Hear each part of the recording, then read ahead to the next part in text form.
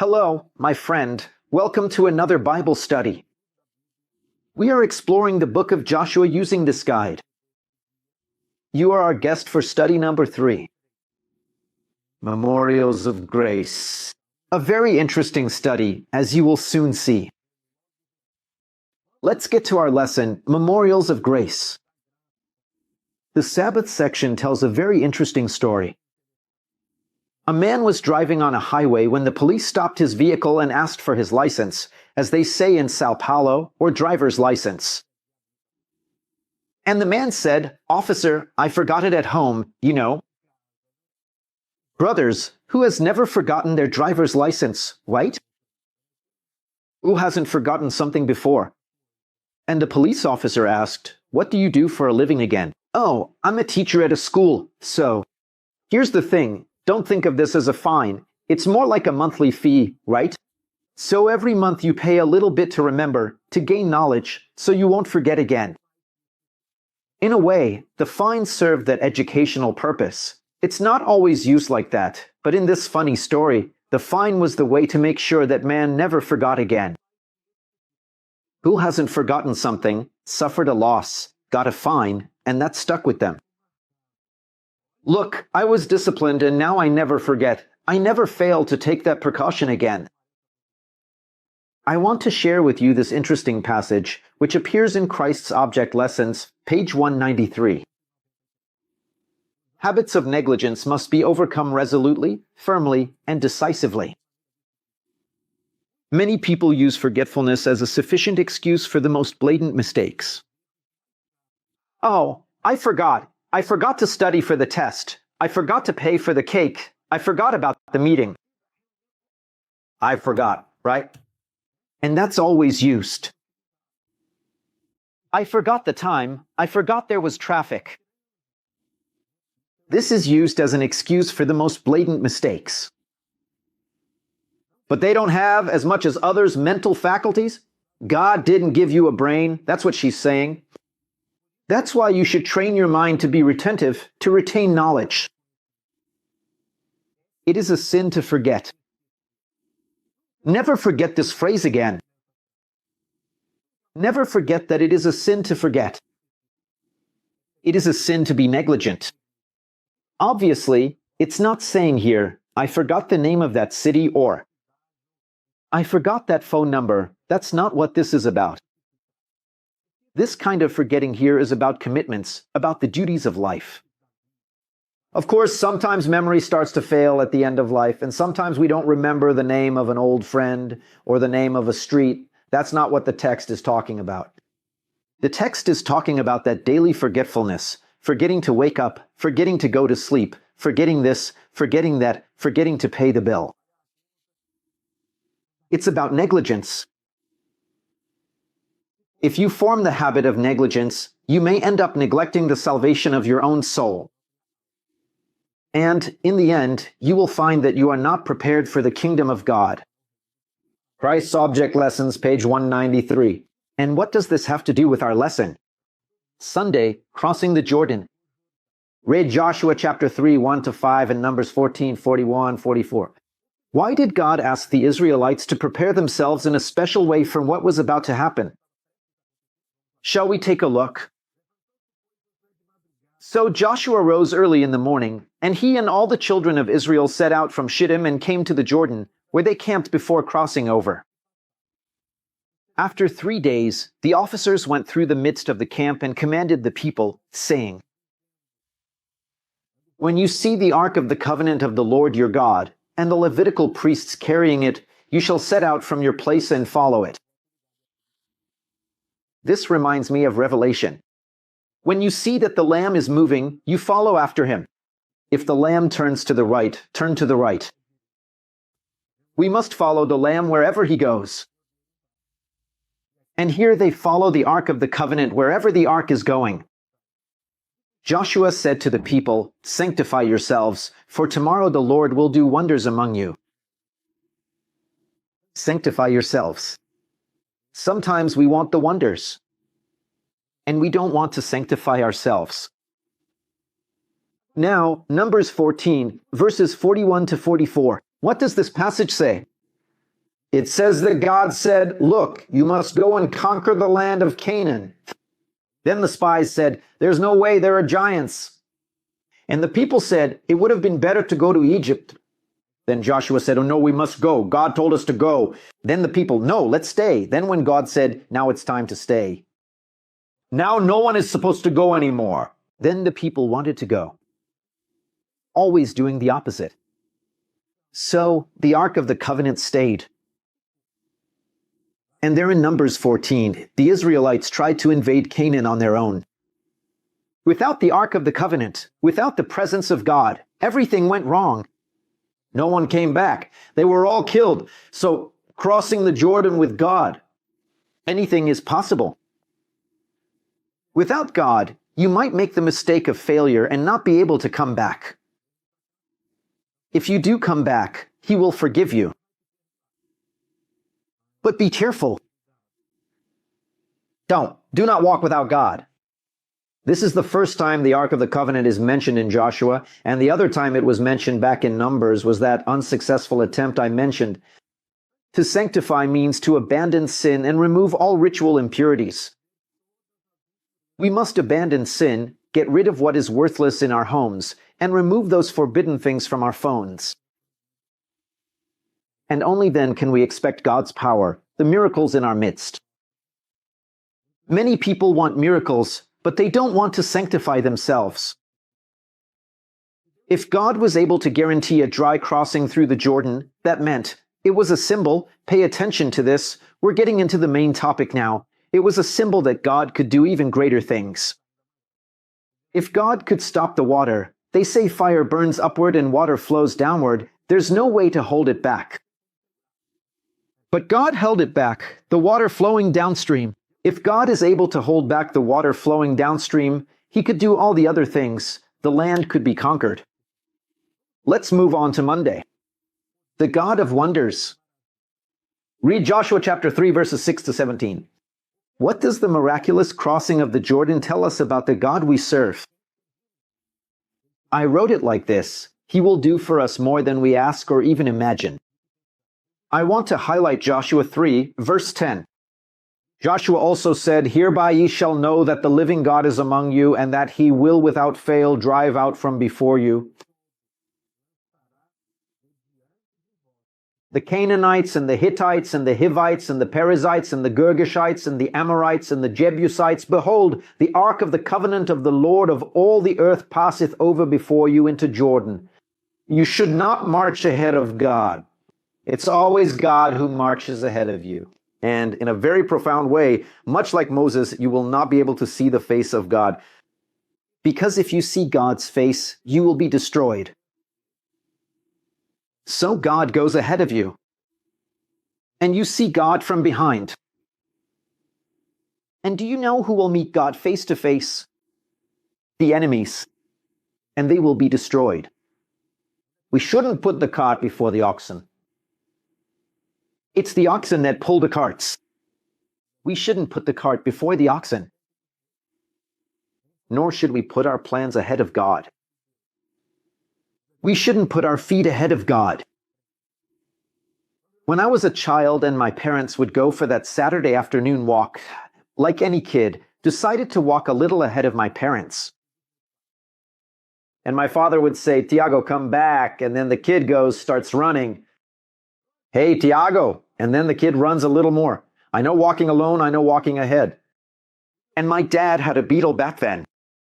I remember that. I know he started up the Beetle and picked up my brother. My mom got in and said, now's the time. Now I'm going to run to the gate. I'm going to run to the gate and show that little Tiago, can run faster than Dad's Beetle."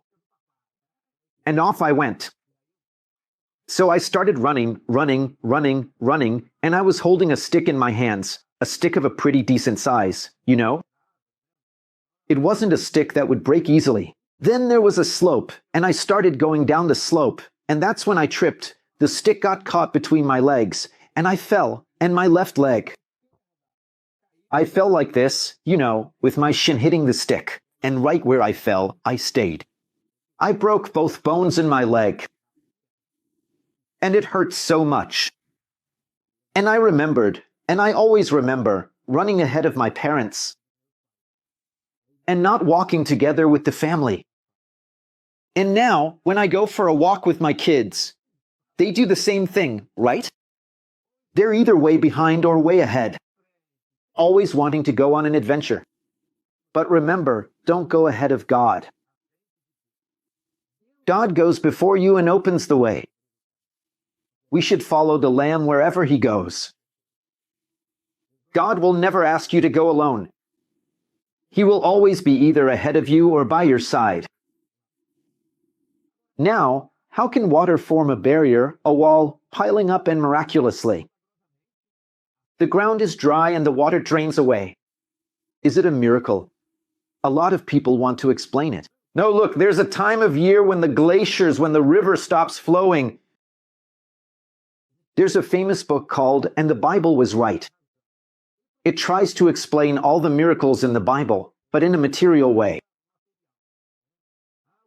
The star that the wise men saw guiding them to Jesus was a comet. That darkness was an eclipse. Oh, I don't know what, an earthquake, you know. And you always end up giving naturalistic explanations for events, for God's miracles. Oh, the Red Sea. No, it wasn't a real sea. It was the Sea of Reeds. Then God blew and it became shallow and they managed to cross. It was a miracle. So, if it's a miracle, there is no explanation. If there is an explanation, it stops being a miracle. It's a supernatural event, beyond nature, beyond science. And Tiago, to cross the river, God would have had to stop the flow of water, obviously. But they say the Jordan River is just a stream, a river only a few meters wide, not as mighty as the rivers in Brazil. My friend, it's one thing to be at the beach, hanging out with the youth group at camp, and taking a dip in the river. It's a whole different thing when you're traveling abroad, at the airport, with your passport and your suitcase. You have to cross the river. See how that's different. Those people weren't just out for a stroll. They had their luggage. They had wood, jewelry, money, precious things, materials that would be ruined by water.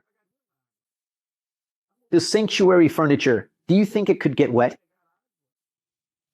And the children, how are you supposed to cross with all your baggage, with everything, and a child in your arms? And it was flood season. The Jordan was overflowing. And what else? And the animals, the goats, the chickens, the birds, the quails. How do you think the people would get their carts across that river? Crossing a river is one of the most complicated maneuvers for an army, even to this day. Because it's exactly during a river crossing that the enemy army can strike at those trying to cross. This is well known in the military literature. Crossing a river is a problem. It's hard. You can see it with the Donetsk in Ukraine. The Russians have a huge amount of trouble crossing the Donetsk. So, God performed a miracle for several reasons. One, because it recalled the parting of the Red Sea. It's the same God who parted the Red Sea. He is still with us. Then, because there was a material need. Then, to instill fear and horror in the inhabitants of those lands. And to give the people a sense of security. Just as I parted the river, I will also guarantee your conquest of Canaan. He is the God of wonders. He is still the God of wonders. Tuesday, remember, read Joshua 4. Because God asked the Israelites to build a memorial. This is interesting. I'm going to read it here with you. The following. After the people had crossed the Jordan, the Lord spoke to Joshua, saying, Take 12 men from among the people, one from each tribe, and command them, saying, From the middle of the Jordan, as you are crossing here, I want each man, one from each tribe, to take a stone, put it on his shoulder, and keep that stone. So each man would take a stone from the bottom of the riverbed that they were crossing, and the riverbed was dry. And one from each tribe, and said to them, Go ahead of the ark of the Lord your God into the middle of the Jordan, and each of you lift a stone onto your shoulder, according to the number of the tribes of the sons of Israel, so that this will be a sign. What in Hebrew? among you, and when your children in the future ask, saying, "What do these stones mean? What is the sign?" Then you shall tell them that the waters of the Jordan were cut off before the ark. They weren't just cut off, they were cut off before the ark, the covenant of the Lord. As it passed, the waters of the Jordan were cut off. These stones will be a memorial forever to the children of Israel. Would they be a memorial forever? Would they serve as a sign of a lesson, a prophecy, a greater meaning? And the children of Israel did as Joshua commanded. They took 12 stones from the middle of the Jordan and then set up a monument, a memorial. Tiago, this is important. This is important. How am I going to explain this to you? And here is the heart of the lesson. So, teachers, don't skip this part. The lesson is for you to address this part. Our minds are programmed to be activated by stories. But that's not the focus today. Our minds are also programmed to deal with symbols. Symbols. Symbols are important. Want to see? When God makes a covenant with Noah, what does he use as a symbol of the covenant, as a sign? The rainbow. Our mind works with symbols. Every time I'm driving and I see a rainbow, I get emotional. I feel as if God is speaking to me. Tiago, do you see this rainbow? It's the sign of my covenant with all humanity. It's the sign of the covenant of grace. And I pause in solemn silence every time I see a rainbow. And it's no coincidence that the rainbow has become a symbol that modern society tries to desacralize, to distort. Since Noah, this isn't just a figure of speech. Since Noah, the rainbow has been a symbol that points to something sacred. The Bible has more symbols. Lot's wife. Lot's wife, who was turned into a pillar of salt, and much later Jesus said, "Remember Lot's wife." It's a memorial. Circumcision is another, or was another, memorial. When Abraham was supposed to be faithful and wait to have a child with his wife, he went and had a child with Hagar. And then God says, "Abraham, you used a part of your body in a way you shouldn't have. And now you're going to cut off a small piece of your body. You're going to make a sign so you remember. About your lineage, that you shouldn't mix, Abraham, your lineage with the lineage of the Egyptians or with the lineage of the Canaanites. The lineage must remain pure. I need a Messiah who will come from your lineage, Abraham. You will have a son. His name will be Isaac, not Ishmael." And circumcision is a sign. Precisely on the male member, indicating that the lineage of God's people should remain pure. Pure until the coming of the Messiah. Jacob, when he had the dream of the ladder, placed the stone and anointed it, saying, "This is a sacred place, Bethel, the name he gave it, where the house of God is, where the angels went up and down the ladder." The Passover, as we studied in the lesson from Exodus, would be a perpetual memorial. When your children ask, "What does all this ritual mean?" This is the ritual of Passover. The curse passed over our heads and struck the Egyptians. The Sabbath is a symbol. All the commandments start in a negative way, but the Sabbath begins differently. Remember the Sabbath day to keep it holy. Why? Remember the Sabbath day. For in 6 days the Lord God made the heavens and the earth and everything in them. But remember, he rested on the 7th day. And the whole world is forgetting about the 7th day. But it was on the 7th day that God rested. So, memorial comes from zikaron, which is translated from the verb sahar, to remember. It means to remember and to put that memory into action.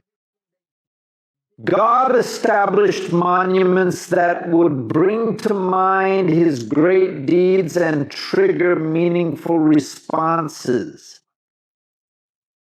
The sanctuary itself, the sanctuary ritual, is the gospel through symbols. Symbols are important because we react to them in a different way. And God himself meticulously wrote this code, this programming, into our DNA. Symbols are not just mere drawings, they affect us. Symbols help us remember certain things. Symbols show us the difference between a sacred place and a profane place. The language of architecture, the clothes people wear, the lights. So much so that, in traffic, communication isn't done through letters.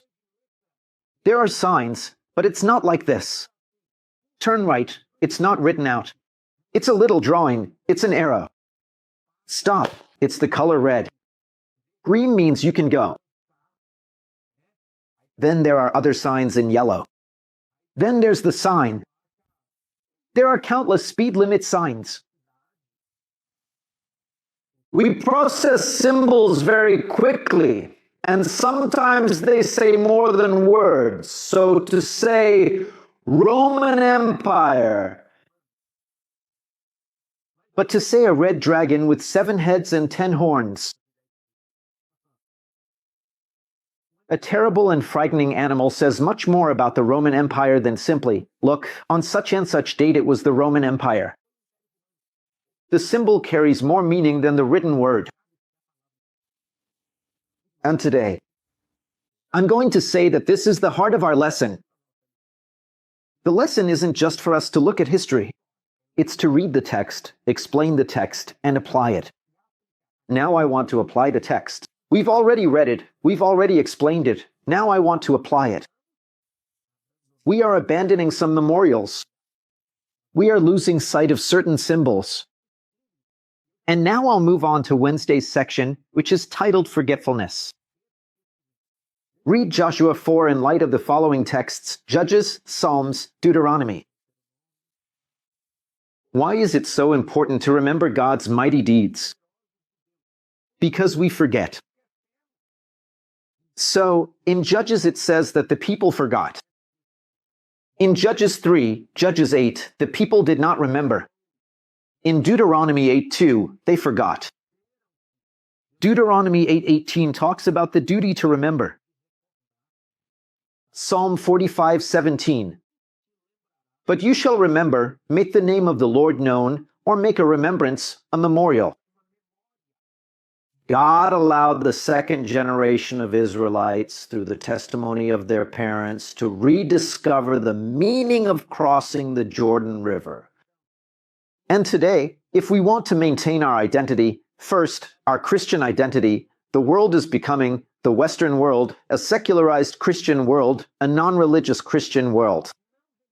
It is Christian, but it has no religiosity, it has no rituals, it has no symbols. It is a completely secular Christian. Rationalism wants to make you say, symbol, metaphor, ritual, these are things of primitive societies. Today, in modern society, we abstract everything. We don't touch, we don't make signs, we don't hang up symbols. Today, we are rational people. We don't need to touch or come into contact with images. We think that's just a cultural thing. But God wrote that into our DNA. That's why He gave the Bible in the form of stories and prophecies in the form of symbols. I'm going to develop this idea here. Relax, we'll get there. The lesson says that, as a people with a unique calling and mission, we will have to create opportunities to renew our individual spiritual memory and our collective memory. In order to stay focused on where we came from, who we are, and where we are going. So, you can see that modernism is really changing a lot of things. The landscape, the architecture. The other day I saw an interesting video online that talked about church architecture. Anyone who studies architecture knows what I'm talking about. Anyone who understands art knows there's Baroque art. Then there's classical art, then modern art, there's impressionism, there's beautiful art, and then there's art that, to me, just looks like something a monkey drew. You give some paint to an animal, it paints something, and people say, "Whoa." There's a difference between art and art. And architecture wants to tell us something. Shopping malls have that mirrored architecture, straight lines, you go inside, there's artificial lighting, and you have no idea what time it is. You're there focused on consuming, on spending. And suddenly you leave the mall. Wow, it's already night and I didn't even notice the day had changed because God put the sun there. It's a marker of light that's written into your DNA. When I was a kid, I thought everything my mom said was made up. Oh, the sun has set, son. It's time to go to bed. No, hormones are secreted. Because of the light. That's why artificial lights today change our circadian rhythm. And so churches no longer have that look of a church that points upward. You have the minaret. In the Muslim world, you know it's a temple. You have a synagogue, you know there's something there, a Buddhist temple, Hindu temples. You know it's a religious house. And traditional churches. With a bell, you know they look like churches. However, modern churches are being changed. And that's the point. This change in the landscape, in the scenery, also leads to changes in clothing. It leads to changes in what you do in those spaces. These signs that we have in traffic, at school, in the courthouse, in a public building, in our home. They are educating us, making us remember and not forget certain behaviors we should have in each environment. They are sociological markers. And in the church, we have a ritual, we have church architecture that reminds us this is a sacred place. Not sacred in the sense of magic or power, but that here I should behave differently. So much so that in the market I have markers that tell us, now have fun, shop, this is for you to spend. In a courtroom, you have a distance from the judge. Hey, be careful, that's an authority. So, these are markers that indicate certain things to us, that show us what is being done here. It's a sacred ritual. So, symbols are important. So much so that when Jesus established the Last Supper, he said, "This bread symbolizes my body. You will remember the wine, which symbolizes my blood." Rituals are part of life. Do you believe that? I want to mention a few examples here. When a woman gets pregnant, she has a baby shower, right? And there's a whole way of doing a baby shower. I don't go to those. That was only when my mom used to take me. Men don't go to baby showers or diaper parties. Unless it's nowadays, but I still don't go, right? But there is a ritual, and they play some games with the pregnant woman. There's a ritual. And then, when the baby is born, there's the first birthday. A birthday is a rite anywhere in America. It's a rite. In other cultures, it might be different, but it's still a ritual. And you think you were already a postmodern person, that with you, with me. That's what I thought. I'm someone who abstracts everything. I don't need symbols. And then there's an invitation. These days it's online, but it's still an invitation that would come to your house. Then you'd buy a present and go there. First, the kids would play. Then there'd be some candy around. Those bottles of soda, right? We should use juice, right? Juice is better than soda. But what was in the middle? A cake. And where I lived, usually at birthday parties, there was a sweet cake and a savory pie made with sandwich bread and chicken, right? And around it, it was covered with mashed potatoes. Maybe more in the north of Brazil or in the south, it's different. But that was what a birthday was like. Everyone would get together and then they'd say, "The kids go behind the table. Happy birthday to you. Now it's time to blow out the candle." So there's a candle, you blow it out, then everyone sings. Who will it be? Who will it be? Who will so-and-so marry? It depends, it depends, it depends. If so-and-so wants to. It's a ritual and you take part in it. And we all take part in it. Then you grow up. There's the debutante ritual. 15 years old. A rite of passage. Then there's the wedding. Oh, and that's a real ritual, isn't it? No one escapes that one. The bride has a special white dress. The man wears a suit, but nowadays there are special wedding suits. And then the whole church, the ceremony, is decorated. There's the entrance of the godparents, who sit on one side and the other. A special song. And there, the bride enters with the groom's father. And the groom enters with the bride's mother. And then, when the doors close, the wedding march starts to play. And people look at the bride as the music goes. And then the bride enters. Everyone stands up to see the bride. Even though there are some changes in the West. That's how a wedding works. And finally, when life ends, there's another ritual. These are the rituals of humanity. All cultures have rituals. It's the ritual of burial. Some burn, others bury. Some used to put those little coins on the eyes. Some would place the body in a boat and burn it, others on a pyre. Here we bury people, but before the burial there's a wake.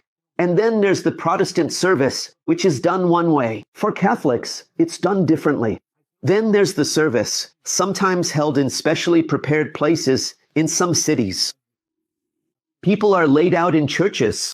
So, if you haven't traveled around, know that in some places in Brazil, the wake is held in the church, but in other places, the wake is never in the church. It's in spaces prepared by the city government.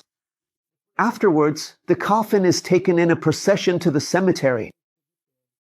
There, the final words are spoken, the farewell, and then the person is placed in the grave. It's another rite of passage. Several rituals. What I want to show is that today in the church, due to postmodern influences, we think we no longer need ritual. We think that ritual is something archaic, primitive, and that we can abolish all ritual from the church and, at the same time, believe we will maintain the solemnity of worship. It's the symbols in the church environment that tell us we're in a church and remind us to be alert. Look, this is a worship service. That's why people stand up in the Catholic Church. The Lord is here. He is among us. In the Adventist Church, we used to do responsive readings. They're even at the end of the hymnal, a psalm, sometimes another text. The readings where someone speaks up front and the congregation responds. We have prayers where people are supposed to kneel. And then we have the blessing, which is done standing. And we have the entrance of the platform participants. And the hymn, invocation prayer, special music, congregational hymn. That's a ritual. And now, today, we think like this. We changed the church environment. We changed the liturgy. We kind of did away with the liturgy. Why keep standing up, sitting down, singing while standing, singing while sitting, praying on your knees, blessing while standing? What's the point of all that? Let everyone stay seated the whole time and only those who are going to speak go up front. But then, subconsciously, we start to lose the sense that we are in a sacred service. We start to lose reverence. Then people say, wow, why is everything so irreverent? It's because, over time, we've been getting rid of the symbols that mark the space as sacred. We've been getting rid of the rituals that show us there should be solemnity, that there needs to be a separation. And the church has special rituals on special dates. Baptism, another rite of passage. Communion, the foot washing. Communion is a ritual instituted by Jesus himself. It was Jesus. It was God who washed the feet and said, "Do this in remembrance of me." Rituals are important. But today, and I say this calmly for you to reflect on, we are stripping the churches of their identity. Many churches have been painted black. Is it a problem with the color? I like it because I have a problem with brightness. But it's not just about the color. There's nothing wrong with the church being dark. Don't get me wrong about that. But the color, sometimes, the way that, it's all a set, it's the frame of the artwork. The way everything is set up sometimes makes it look more like a nightclub, a concert venue, than a church. Do you understand what I mean? The issue isn't the black wall. The issue is the whole picture. And the black-walled church started with someone who decided to hold services next to a nightclub. Look it up online later. So the problem isn't the black wall. But then also, the pulpit gets replaced. In some churches, there isn't even a pulpit. What is the pulpit for? The pulpit is there to support the word. The pulpit is where the Bible is placed. And what else? The platform. When we look at Revelation, there's the throne of God and 24 elders seated on thrones. Look at the ritual there. The platform gives that sense that we're with you. Everyone back here is supporting you. Want to see? In other ceremonies in civil life, we have people standing behind the speaker.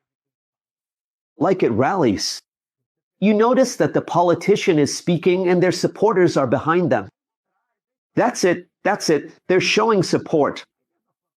That's the idea of the platform, with the pastor preaching and the elders behind. Let's imagine, Pastor, you're about to give a message of warning to the church. Put all the elders on the platform. It gives the impression that everyone is supporting the pastor, that they're together with the pastor. Or if you're going to make an appeal for the church's renovation, everyone is there united. That's the idea it conveys. So, these rituals can change from church to church. What I'm trying to say here is that liturgy is important. So much so that when Israel crossed the river, God placed a symbol. God instituted liturgies, countless liturgies, in the sanctuary. God placed symbols in the book of Daniel, in the book of Revelation. And today, we try to rationalize this whole thing about symbols and rituals, but there's nothing wrong with it. And then you start losing that distinction in your subconscious between the holy and the profane, between the sacred and the secular. You start losing that. And we run the risk of mixing holy fire with common fire. People insist on rituals, even in the most trivial areas of life. At a soccer game, how does it go? The fans sit on opposite sides. Then the teams come out of the locker room. Are they wearing just any clothes? No, they're wearing their proper uniforms. Then each team sings its anthem, usually when it's national teams. Anyone who's been to the stadium knows that when the TV starts broadcasting, it's just a part of it. There's a whole liturgy that's been followed. Then the referee brings out a coin, calls the two captains from each team, and tosses the coin. All of this could have been decided by an app. What is this ritual for? And there, do you want the ball or do you want the field? No, I want the field. And then, in the second half, they switch sides. Rituals are part of sports, and even secular people make a point of keeping the ritual. So why do we want to take the liturgy out of the church? Aren't we at risk of losing the distinction between the sacred and the profane? Between the ordinary and the set apart? These are some reflections we're making here. When people go to a soccer stadium, they leave early, put on their team's jersey, and go there to chant and sing the anthems. When you go to a birthday party, you take a shower, you put on your clothes. When someone goes to the movies, I'm not saying you should go to the stadium. I've been to a stadium before. It's not an environment for Christians. I've been in the movies. Movies aren't either. So, I don't think you should go to those places. But when you do go, you put on your clothes. There's a whole preparation. The same goes for church. But the degeneration of Christian practices happens because changes are being made in the religious environment. Oh, Tiago, but that's not based on the Bible. I want to read a few passages with you now. The first passage I want to read is from the Great Controversy, page 566. Many Protestants assume that the Catholic religion isn't attractive and that its worship is just a tedious and meaningless set of ceremonies. But they're mistaken. Even though Romanism is based on deception, it's not a crude or artless fraud. No. The cathedrals are beautiful. The music is pleasant. I've heard so many organs and so many choirs singing the most heavenly music in Roman cathedrals. The worship in the Roman Church is ceremonial, it's a ritual. It's quite impressive. The splendor of its display and the solemnity of its rites fascinate people's senses, silencing the voice of reason and conscience. The eyes are enchanted. Magnificent churches, imposing processions, golden altars, reliquaries with precious stones, fine paintings, and artistic sculptures all appeal to the love of beauty. The ear is also captivated. The music is excellent, the beautiful and solemn notes of the organ blending with the melody of many voices, echoing through the lofty vaults and column-adorned naves of the grand cathedrals. They can't help but impress the mind with deep respect and reverence. I'm not saying, before someone in the comments says we have to hold a mass now, I'm not saying that. Here it is said that the worship is not as it should be in Catholicism. The Mass. It is not correct, but it still manages to impress and still appeals to reverence. Catholic churches are reverent. Why do you say that? Because I've been there. I've been to cathedrals in the United States, in Europe. I attended a service, a ceremony, at the Church of the Holy Sepulchre in Jerusalem. It's solemn, it's impressive. And the Protestants are tempted to think that these are not attractive services. Protestants are mistaken. That's not what we should copy. The gold, the pearls, the fine art, that's not it. That's just evidence that within our DNA it's written, and we are drawn, we are fascinated, as Rudolf Otto says, by the fascination with the beautiful, with the sacred. This is to remind us that symbols and rituals really do make a difference. That's why Pathfinder clubs have an entire investiture ritual for the neckerchief. There's the initiation ritual, the flag ritual, the ritual. There are rituals. You practice your ritual, or you should, of waking up, saying a prayer, opening your Bible, reading or singing a hymn, saying a prayer. Sunset, the Sabbath, should be marked by a ritual. To mark the difference between an ordinary day and a set-apart day, the holy day. It's the rite of passage we do at birthdays, at weddings, at funerals. But when we get to church, we think, no, it doesn't matter. The liturgy, the doxology, none of that matters. Nothing matters. Everyone stays seated the whole time. Only those who are going to speak go up front. Aren't we missing an opportunity to somehow make an impression on people? To promote reverence? If rituals don't matter, then why did Jesus ask for the Lord's Supper and foot washing? This ritual, when a visitor comes to church, it leaves them impressed. This ritual brings us a sense of solemnity. So, we shouldn't imitate this Catholic worship. But there's something we need to understand. Symbols and rituals do make a difference. I want to read another passage here. It's from Testimonies, Volume 5, page 491. For the believing and humble soul, the house of God on earth is like the gate of heaven, the songs of praise, the prayers, the word delivered by the Lord's ambassadors. These are the means God has provided to prepare a people for the assembly above, for that sublime gathering into which nothing that defiles will be admitted. I remember when I was a child, We weren't allowed to go up on the pulpit. That place where the platform is, in my church, it even had 2 levels.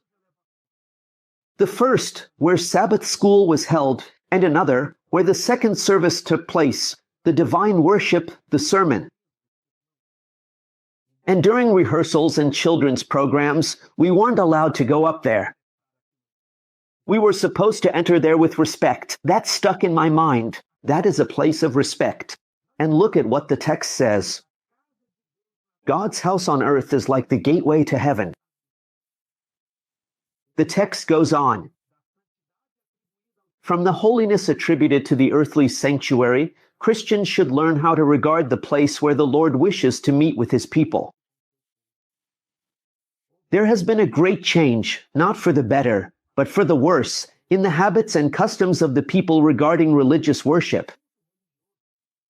Even in the 19th century, she noticed a deterioration in the people's habits.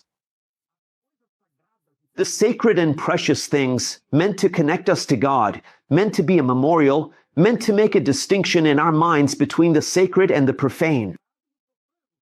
The things, the symbols, the rituals meant to remind us of God are almost losing their influence over our minds and hearts, being lowered to the level of ordinary things. The reverence that people once showed for the sanctuary, where they met with God in holy worship, has almost disappeared. Yet God himself gave the instructions for worship, elevating it above everything earthly. There are instructions for worship. Do you want to read them? Read the whole chapter. I'm bringing the beginning of the chapter. Elder, if you wanted to preach a sermon about reverence in the church, read this chapter. The home is the family's sanctuary, and the private room or the woods is the most secluded place for individual worship. But the church is the sanctuary of the congregation. It is written. There should be regulations regarding the time, place, and manner of worship. Regulations. The church must have regulations. They won't be the same everywhere. North, in the south of Brazil, there will be differences in the United States. But these regulations must all be based on a principle. Read the chapter. Regulations regarding the time, place, and manner. The manner matters to God. Nothing that is sacred, nothing that is connected to the worship of God, should be treated with neglect or indifference. Have you ever thought about that? I wasn't going to say it, but I'm going to say it here with a lot of care. I'm going to say it with a lot of care. The pulpit is a symbol of 2,000 years of history for supporting the Holy Bible. I want you to think about that. Sometimes the pulpit is replaced by a barrel or a metal drum. What does a metal drum remind you of? Me, when I see a metal drum, I remember that suburban culture, you know. You know those movies. We're not supposed to watch movies, but I've seen a lot of movies. Of those people in New York, gathered around a drum to keep warm, right? I don't know about you, but sometimes in my mind, a drum is connected to an alley, that building with graffiti, you know? So, I don't know what this symbol is really connected to, but it doesn't seem to have a Christian religious tradition. Which reminds us of the sacred, the brass, that brass pulpit, or the barrel. It connects us more to the secular urban lifestyle, nightlife, graffiti, hip-hop. So, I want you to think about that. A lot of people talk about the danger of associations. That's right, all symbols have associations. What are they communicating? I didn't want to say it, but that's my opinion. I'll respect yours, but I'd like you to think about that. What are we communicating? Reverence or secularity? Let's be careful not to be guilty of valuing birthday rituals, debutante parties, weddings, soccer games, or civic events and end up trivializing the rituals that are sacred to the church. So may we keep this spiritual memory, both individually and collectively. October 22nd, soon it will be October 22nd. Will your church remember the foundations of Adventist faith, or will the date just go by? Without any reflection, we always need to retell the collective memory of Adventism. William Miller, The Barn Where. Hiram Edson prayed and came to understand that Christ was entering the most holy place. The first magazines, the publishing work, the gift of prophecy, the unfulfilled prophecies of Revelation, may we tell the new generations the story of Christianity and Adventism. We Christians, we Adventists, know little about the history of Adventism, but we know even less about the history of Christianity. Thursday, beyond the Jordan. Both the crossing of the Red Sea and the crossing of the Jordan mark a new era in biblical history. They served as a rite of passage. And here the lesson brings us the story of Elijah, who also experienced a miracle similar to the one recorded in Joshua. For Elijah, the crossing brought about a much more significant change in condition. He was taken up to heaven. And for Elisha, who returned, it was a rite of passage.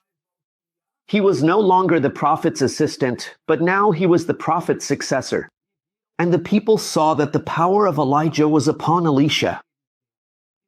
This is incredible. Read Matthew 3 and Mark. See how these New Testament writers describe the symbolic and spiritual meaning of the Jordan River. And now Jesus himself. In Matthew chapter 3, he also crosses the Jordan. After being baptized, Jesus immediately came up out of the water, and behold, the heavens were opened to him, and he saw the Spirit of God descending like a dove and coming upon him. And behold, a voice from heaven said, "This is my beloved Son, in whom I am well pleased." Even the Son of God submitted himself to a rite of passage. Baptism marks the beginning of Jesus' ministry before he began his ministry. He was baptized, not because he had sinned, but to set an example for us. It was the marker from Daniel 9. 70 weeks are determined upon you to put an end to transgression. To anoint the prophet, to anoint the Messiah. He is anointed there at his baptism. The Holy Spirit is poured out upon him. It is a milestone of the last of the 70 weeks, the baptism of Jesus. The rite of passage from carpenter. Now he becomes a teacher, a master. Now he enters his public ministry. The people of Israel were in the desert, crossed the Jordan, and went to the promised land. Jesus was in the promised land, crossed the Jordan, and went into the desert. To show that look, then Jesus was led by the Spirit into the desert. To show that Adam could have resisted the temptation of food, even while in the Garden of Eden. He then goes into the desert to show that man shall not live by bread alone, but by every word that comes from the mouth of God. That it is possible to control one's appetite. He goes into the desert, demonstrating that the people who complained about water and food could have resisted, could have overcome sin. Just as Israel spent 40 years in the desert, Jesus spent 40 days in the desert fasting. That's really beautiful. The Bible is full of symbols. The metaphors in the Bible are full of meaning. May you dedicate yourself to this study. At the end of times, by the way, God parted the Red Sea and the Jordan River. God also parted the river for Elijah and Elisha to cross. However, the people didn't pay attention and once again went into captivity in Babylon. They were inside a city with walls, huge walls, and the river flowed around it like a moat. Babylon was impregnable. How could they escape from Babylon? When we open our Bible to Isaiah 44, we see an answer of love here. Isaiah 44 verse 26. I confirm the word of my servant and fulfill the counsel of my messengers. What I say of Jerusalem, it shall be inhabited. Nebuchadnezzar had burned the city, but it shall be inhabited. And of the cities of Judah, they shall be rebuilt. And as for its ruins, I will raise them up. Who says to the depths of the waters, be dry, and I will dry up your rivers. That night, when Belshazzar was giving a banquet for the 1,000 most important people of Babylon, and the hand wrote on the wall. Outside, Cyrus was drying up the waters of the Euphrates, diverting the course of the river so his soldiers could invade Babylon and set God's people free. Who says to the depths of the waters, be dry, and I will dry up your rivers? Who says of Cyrus, 200 years before, he is my shepherd and will fulfill all that pleases me? Who says of Jerusalem, it shall be rebuilt, and of the temple, it shall be founded? My dear friend, Cyrus is a type of Christ. God's people, who were in captivity in Babylon in 539 BC, were set free by Cyrus, who dried up the Euphrates and invaded Babylon. When we go to Revelation, God's people are captive on this planet. And here, the waters represent multitudes, nations, peoples, and languages. The sixth angel pours out his bowl on the great river Euphrates, whose waters were dried up, so that the way might be prepared for the kings who come from the east, where the sun rises. Cyrus is a type of Christ. Cyrus came from the east and dried up the Euphrates River. Jesus Christ comes from the east, and the spiritual Euphrates will be drained, and spiritual Babylon will fall, become confused, and be destroyed. And we will be set free. So this symbol of the Red Sea, the Jordan River, and the Euphrates River can represent a rite of passage where we leave slavery and captivity behind for eternal life. We will leave the secular and profane world to live forever in holiness with Jesus Christ and God the Father. May God bless you. May you be able to raise memorials and symbols in your home, in your family, in your church, and in your community. May God bless you.